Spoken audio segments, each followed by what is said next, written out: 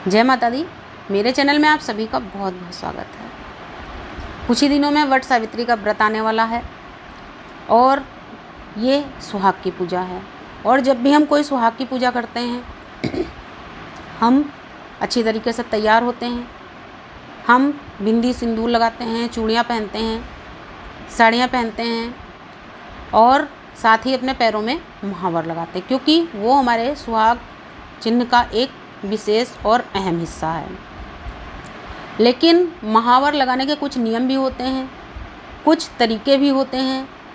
तो यदि हम उन नियमों को अपनाकर महावर लगाते हैं तो हमारे सौभाग्य में कई गुना वृद्धि होती है। क्योंकि यदि हम किसी नियम को अपनाकर अपना कोई भी सुहाग चिन्ह धारण करते हैं तो उससे माता गौरी बहुत ज़्यादा प्रसन्न होती हैं।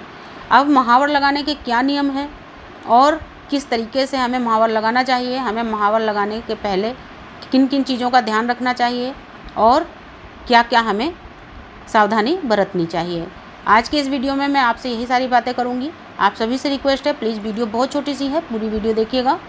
अगर चैनल पर पहली बार आए हैं तो प्लीज़ चैनल को सब्सक्राइब करिएगा।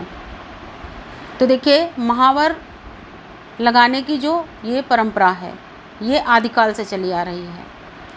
ये कोई आज की बनाई हुई प्रथा नहीं है, ये आदिकाल से चली आ रही है। हमारी नानी दादी, उनकी नानी दादी जो रही होंगी, सभी इस प्रथा को अपनाते रहे हैं और आज भी हम इस परंपरा में हैं और हम इन सभी चीज़ों को अपनाए हुए हैं, धारण किए हुए हैं अपने जीवन में। क्योंकि इन सभी चीज़ों को धारण करने से, इनको लगाने से हमारे मन को एक अजीब सी खुशी मिलती है, जिस खुशी को शब्दों में बयान नहीं किया जा सकता।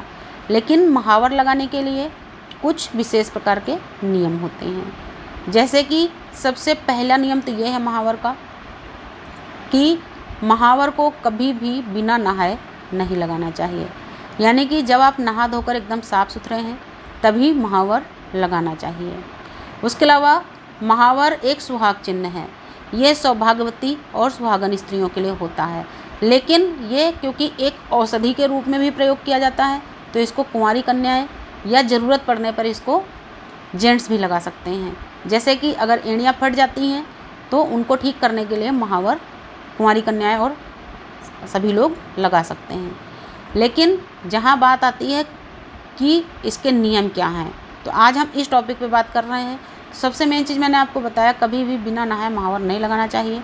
उसके अलावा आप नहाने के बाद में अच्छी तरीके से तैयार हो जाइए, अपने बाल कंघी कर लीजिए, बाल बांध लीजिए, सिंदूर लगा लीजिए और उसके बाद ही महावर लगाइए।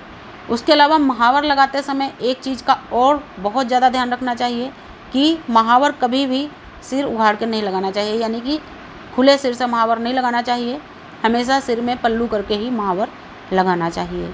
जब भी आप महावर लगाएं, चाहे आप सूट पहनती हैं या आप साड़ी पहनती हैं, कभी भी आपका सिर एकदम खुला हुआ नहीं होना चाहिए। अगर आप सूट पहनती हैं तो सिर के ऊपर आप चुन्नी डाल सकती हैं, रुपट्टे से अपने सिर को कवर कर सकती हैं, ढक सकती हैं। या अगर आप साड़ी पहनती हैं तो सिर के ऊपर आपकी साड़ी का पल्ला ज़रूर होना चाहिए, क्योंकि ये महावर लगाने के नियम हैं जो कि प्राचीन काल से, आदिकाल से हमारे बड़े बूढ़े सभी इसी तरीके से करते चले आए हैं।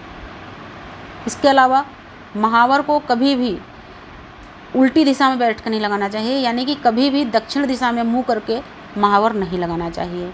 और महावर के कोई भी सुहाग का जो भी चिन्ह हम पहनते हैं, जो भी हम सुहाग की सामग्री पहनते हैं या लगाते हैं अपने शरीर के ऊपर, कभी भी दक्षिण दिशा की ओर मुँह करके नहीं लगाना चाहिए।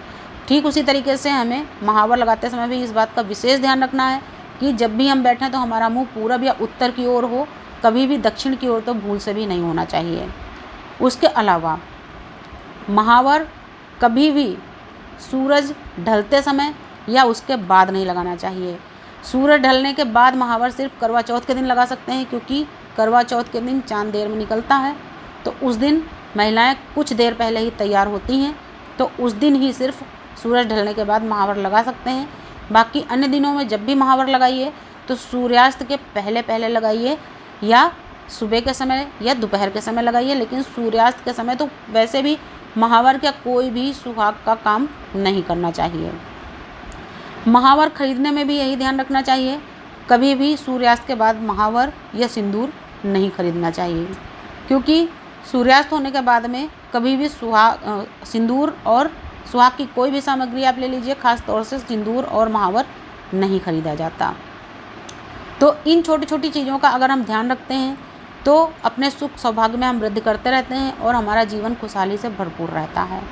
और जब हम इन नियमों को अपनाकर सारे कार्य करते हैं और जो भी नियम आदिकाल से चले आए हैं, जब हम उनके अनुसार ही अपना काम करते हैं तो माता गौरी सदा सौभाग्यवती स्त्रियों के साथ प्रसन्न रहती हैं और उनके सौभाग्य में वृद्धि करती रहती हैं, उनके सौभाग्य की हमेशा रक्षा करती हैं।